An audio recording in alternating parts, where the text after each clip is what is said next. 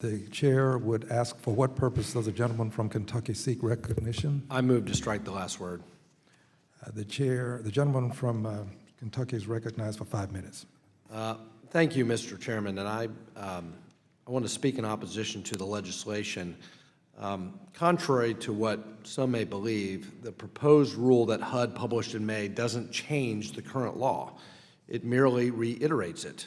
Right now, under current law, Section 214 of the Housing and Community Development Act of 1980 requires HUD to limit housing assistance to legal U.S. residents and certain lawful aliens. There are only two exceptions to that law. One is those who are older than 62 or those who are grandfathered for the continuation of assistance for families already in such housing as of 1988, if necessary to avoid the division of the family, for whom assistance was to be prorated, under which the percentage was based on eligible members. It's the second exemption that has been exploited by individuals who, instead of having their status reviewed, deliberately declare themselves ineligible under current HUD rules and thus avoid HUD determining their legal status in order to evade compliance with Section 214. Whether or not one agrees with what the law says in Section 214, HUD has a legal obligation to enforce it, which is exactly what this proposed rule would do. And far from being cruel or mean-spirited, this proposed rule would provide 18 months for any current and eligible residents to find other non-federal assistance to pay their rents or to find other non-federal housing into which they could move. Far from separating families, this rule simply requires HUD to follow the law. Families may stay together, they can live together, but the taxpayers are not going to subsidize that if they are ineligible.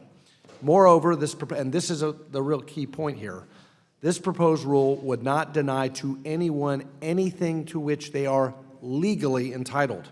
In fact, it would allow for those who are legally entitled to federally assisted housing programs to have access to housing after years, if not longer, of being on waiting lists or otherwise being denied the assistance they have sought. What is cruel, what is mean-spirited, is to exacerbate waiting lines for legal citizens that are waiting and being displaced of affordable housing because of ineligible people who are rigging the system.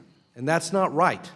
We do have an affordable housing crisis in this country, and we have lots of poorly housed or homeless people in this country who can't get affordable housing because they're being displaced by ineligible people. That is wrong. There are approximately 32,000 HUD-assisted households headed by ineligible individuals. Every single one of those is displacing a legal citizen who is being denied unfairly of affordable housing. Will the gentleman yield? I will in a minute. Let me finish my point. I'd be happy to engage. The average wait time for HUD-assisted housing is 2 years. There are 188,000 individuals waiting for housing in places like Los Angeles. And then there is a 10-year waiting list in Dade County, Florida. In my home area of Kentucky, there's a waiting list. And those individuals who are eligible should not be in a waiting line because of ineligible people who are rigging the system. HUD has just as strong a responsibility to individuals in those communities as it does to anyone else. And by actually enforcing the current law as it is written, this proposed rule would provide those individuals with the assistance to which they are legally entitled. I urge my colleagues to oppose, and I'd be happy to yield to a question to the gentlelady, who I know her intention is good, and I have no doubt that she has a compassion for these individuals.